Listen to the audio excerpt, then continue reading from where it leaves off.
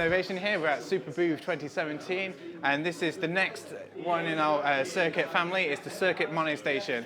So it's a mono synth, but it's paraphonic, which means you can use the two sequencers to affect the pitch of oscillator 1 and oscillator 2. As well as that, we've also got a sub-oscillator, some noise, audio in, so you can use it as a filter box if you wanted to, and also a ring mod between oscillator 1 and 2. But so let's program in a sequence.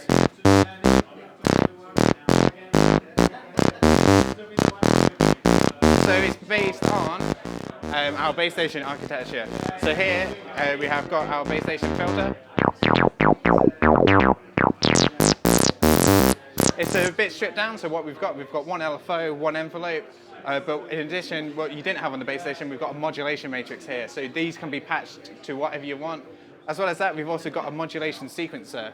So this just allows you to program in static values. And then we can send that to any of the sources. So I will send it to the filter.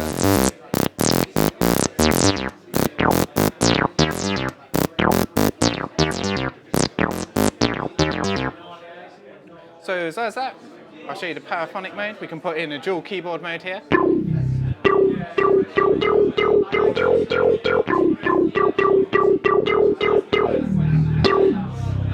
There's two paraphonic modes, so you can make both oscillators trigger the VCA if you like. Yeah.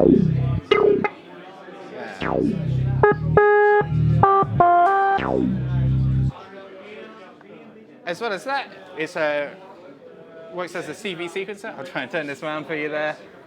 So we have got CV pitch and gate out, as well as the auxiliary CV here. The auxiliary CV, you can basically send out the LFO, the envelope, or the modulation sequencer, or velocity out to your Euro rack or semi-modular gear. We've got clock in and out, and we've also got MIDI in, out, and through, audio output and audio input as well. One of the coolest things that I think about the mono station is that all these dials on the top panel, except the master controls here, they are all automatable. So that means I can, let's start a new session, just bear with me. So let's program in a quick bass line again.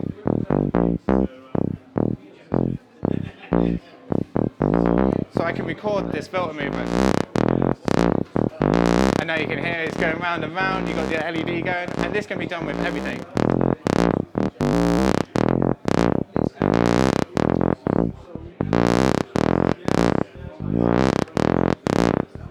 So it's going to be killer for techno, and also like repetitive loops, get some really crazy sounds out of it. The other really cool thing about it is that because we've got the separate oscillators, we've got separate glide for each oscillator as well. So I'm just going to go to an init patch here, turn up oscillator 2, and I'm going to set the glide on oscillator 2 to be really long. So now we can, oh, let's go back to it. Let's try that again, sorry.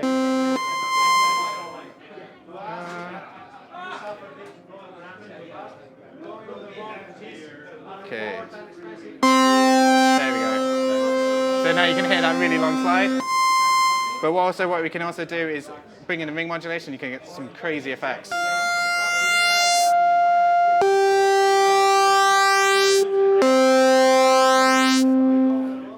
Yep, on the unit we have got 64 patches. Patches are also saved with the session, so we've got 32 sessions on here. Each session can be up to 16 patterns long on oscillator 1, and you can have 8 patterns of oscillator 2 and 8 patterns of mod sequencer as well. So, and because patches can be saved with the session, you can just basically start with an init, create whatever sound you want, save it, and you don't have to waste a patch slot at all. So you can think of it as 32 more patch slots if you like. There are some additional options. So instead we've got this pattern settings page here. So if I just program in quick pattern.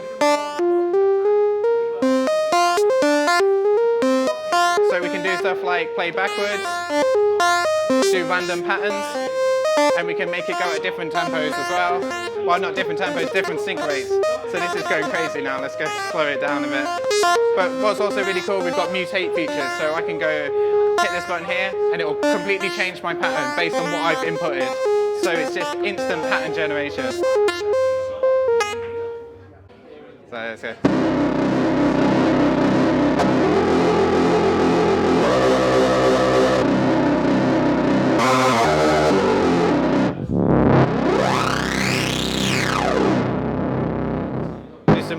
sounds as well.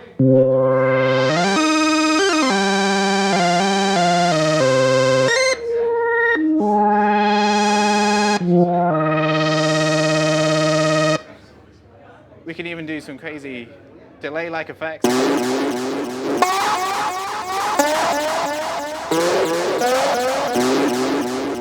But really, it's crazy for basses.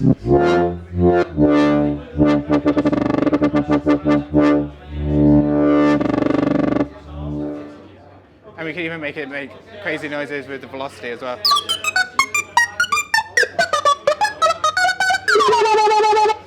So it will be shipping in about June time, and it's going to be $499.